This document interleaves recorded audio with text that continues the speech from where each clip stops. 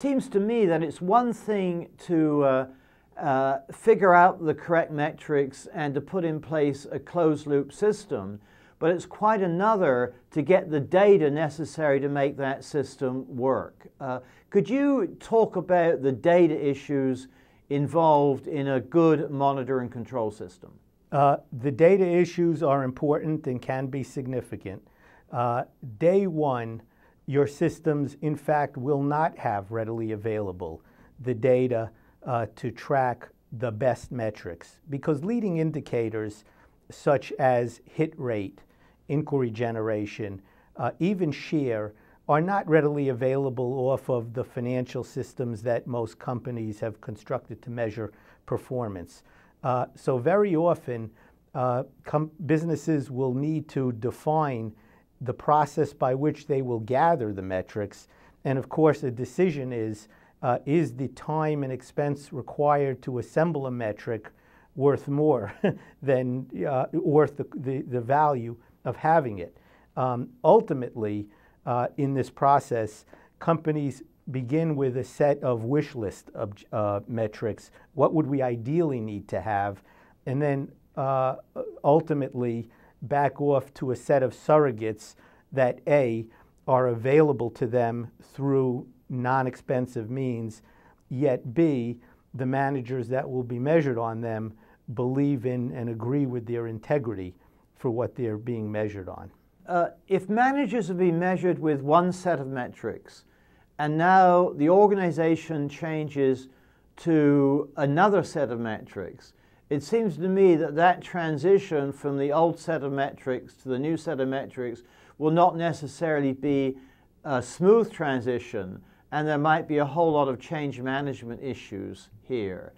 Could you say something about how companies deal with this sort of change? So this is a top-level leadership issue. The managers will respond to what the leadership of the organization pays attention to.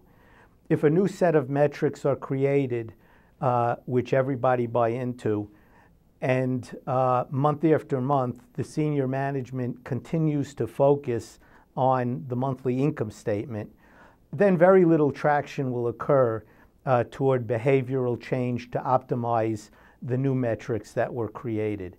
And so accompanying the shift to this set of strategic metrics needs to be a senior management commitment to buy into and pay attention to those as the driver of future performance.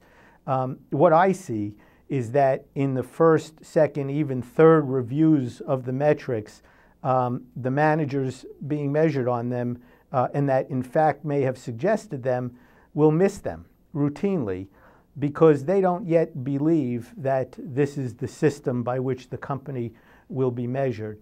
And only by senior management sticking to the requirement of hitting targets against the new metrics will behaviors begin to change.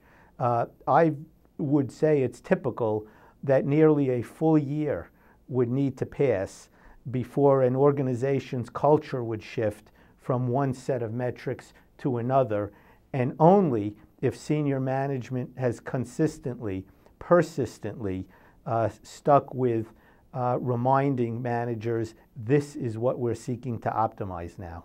Alan, many of the people watching this video will be students who will be going into brand manager and marketing manager positions.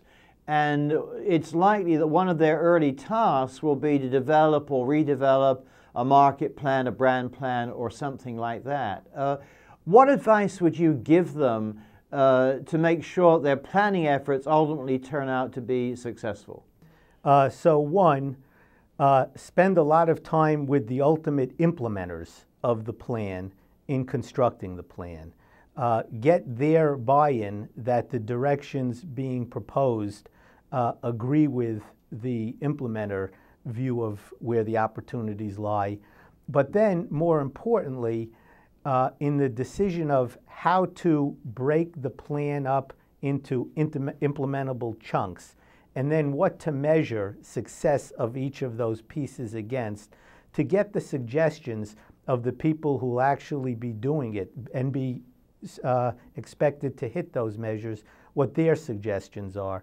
I think the best measures are those where the implementer themselves suggest it, and then going a step further, that those implementers also suggest the targets, certainly the initial ones, very important in the initial stages of a plan in order to get buy-in and acceptance.